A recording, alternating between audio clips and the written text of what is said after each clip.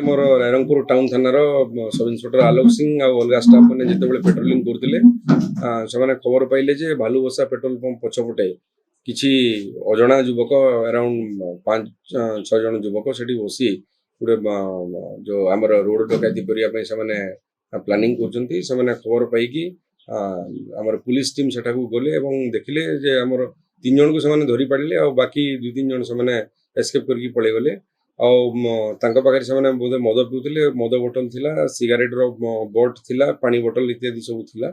ଆଉ ତାପରେ ସେମାନେ ତାଙ୍କ ପାଖରେ ଗୋଟେ ସୁଇଫ୍ଟ ଡିଜାୟାର ହ୍ୱାଇଟ୍ କଲରର ଗାଡ଼ି ବି ଥିଲା। ସେମାନେ ତାଙ୍କୁ ପର୍ସନାଲ ସର୍ଚ୍ଚ ନେଲେ। ପର୍ସନାଲ ସର୍ଚ୍ଚ ନେବାରୁ ତାଙ୍କ ପାଖରୁ 3ଟା ମୋବାଇଲ ଆଉ 3ଟା ଆଲୁମିନିୟମ ପାତ 570 ଟଙ୍କା 470 ଟଙ୍କା କ୍ୟାସ୍ ଆଉ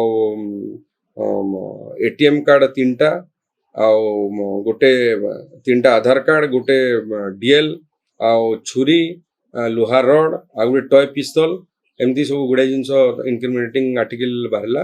ତାଙ୍କୁ ଏମାନେ ଯେତେବେଳେ ପଚରା ଉଚରା କଲେ ସେମାନେ ସବୁ ଇଣ୍ଟରେଷ୍ଟେଡ୍ କ୍ରିମିନାଲ ବୋଲି କହିଲେ।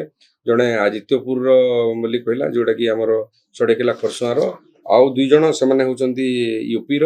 ସେମାନେ ୟୁପିର ପିଲାମାନେ ଆସିକି ଆଦିତ୍ୟପୁରର ପିଲା ପାଖକୁ ସେମାନେ ଆସିଛନ୍ତି। ସେମାନେ ଗୋଟେ ଅର୍ଗାନାଇଜ୍ କ୍ରାଇମ୍ କରିବା ପାଇଁ ସେମାନେ ଆମର ଅଞ୍ଚଳକୁ ତାଙ୍କର ସେଇ ଗାଡ଼ିରେ ଆସିଥିଲେ। ଆଉ ସେମାନେ ପୁଲିସ ଯଦି ତାଙ୍କୁ ନେପ୍ କରିନଥାନ୍ତା ତାହେଲେ ସେ ପାର୍ଶ୍ୱରେ ଯେଉଁମାନେ ଅଛନ୍ତି ଲୋକମାନେ ତାଙ୍କଠୁ ସେମାନେ ଲୁଟପାଟ କରିଥାନ୍ତେ। ଆହୁରି ମଧ୍ୟ ଆମର ଇଣ୍ଟରୋଗେସନ୍ କରାହେଲା ତାଙ୍କୁ।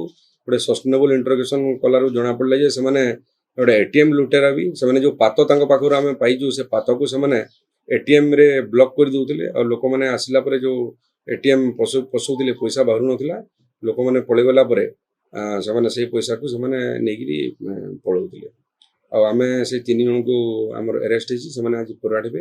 ଆଉ ଯେଉଁ 2-3 ଜଣ ଲୋକ ଅଛନ୍ତି ଆମେ ତାଙ୍କର ପତା ଆମେ ବାହାର କରୁଛୁ ଆଉ ସେମାନଙ୍କୁ ମଧ୍ୟ ନେପ୍ କରାହେବ। ଆହୁରି ମଧ୍ୟ ଆମେ ଜାଣିଛୁ ଏମାନେ ବରଗଡ଼ ଆଉ ଅଲଗା ଷ୍ଟେଟ୍ରେ ଆମର ଓଡ଼ିଶାର ବରଗଡ଼ରେ ସେମାନେ କେସ୍ କରିକି ରିସେଣ୍ଟଲି ସେମାନେ ଜେଲରୁ ରିଲିଜ୍ ହେଇଛନ୍ତି।